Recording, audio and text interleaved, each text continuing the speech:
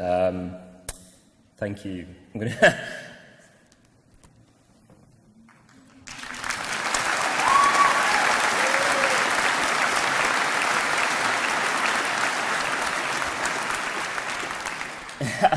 I'm going to try not to cry my way through this, but it's okay to cry, right? So if I do, I do.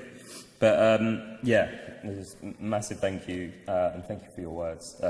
It's a real honour for myself and my family, as you have. My parents are there, and yeah, thank you.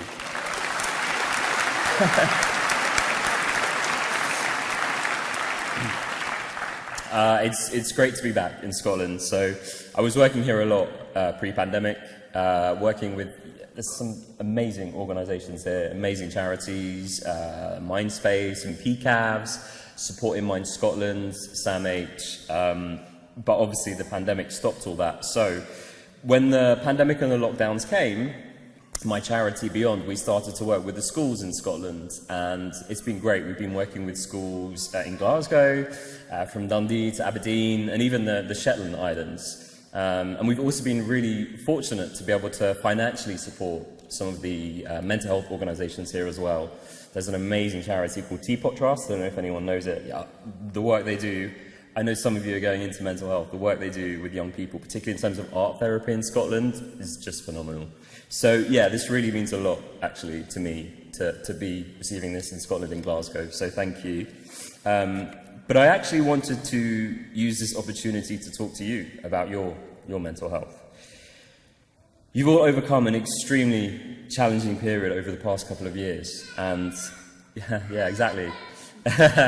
You should be super proud of what you've achieved today, because you've overcome that period. So I just want to give you another round of applause for that.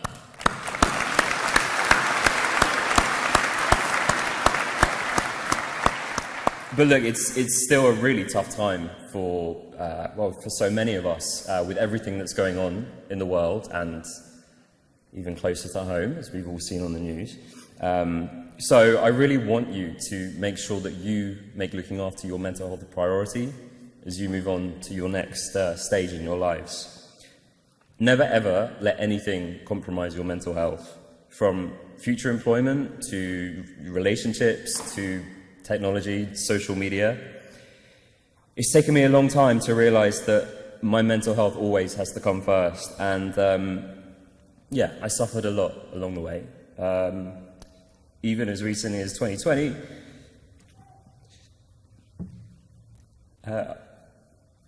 yeah, I had a relapse in my mental health during the lockdowns, and I was back in a psychiatric hospital, and it was really tough. But at that moment, I finally prioritised my mental health. I told my colleagues that I needed to take time off work. I actually took time away from work, proper time, and I actually focused on taking care of my mind for once, and I recovered. To be frank, thank you.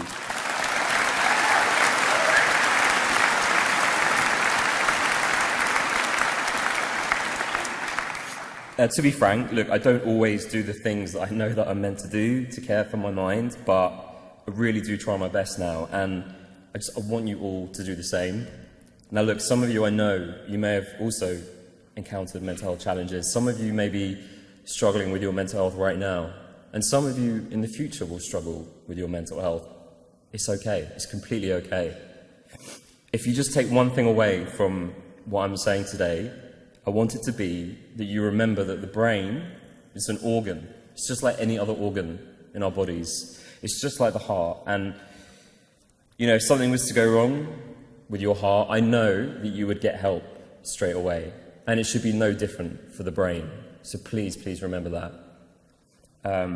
And look, I know, just to say, I know that getting help isn't so easy.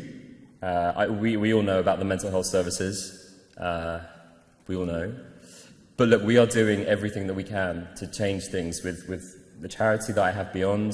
Again, some of you are coming into the world of mental health. Please come and work for us. We'd love that. But yeah, we are working to change things, and we're working together with the university even to look at how we can change things for the next generation. And look, you've all been working your brains really hard, and that's why you're here today. But now's the time to actually really look after that very precious brains of yours. And on that note, I wish you every success, I wish you every happiness, but I also wish you really good mental health. And, you know, if you do stumble along the way, that's okay. I just want you to know that you can and that you will overcome.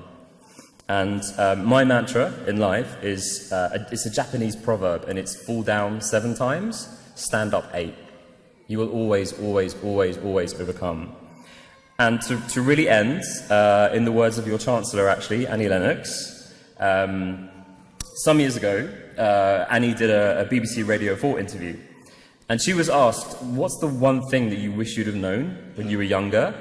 And Annie answered, I wish that I'd have known that often, you know, when I feel like it's the end of the world, it really isn't. Always look for a spot of light and follow that light, and it will always lead you to where you need to go. And she went on to say that those end of the world moments, they turn into the most positive and the most transformational experiences. So may you always find the light that you need in your futures. And thank you.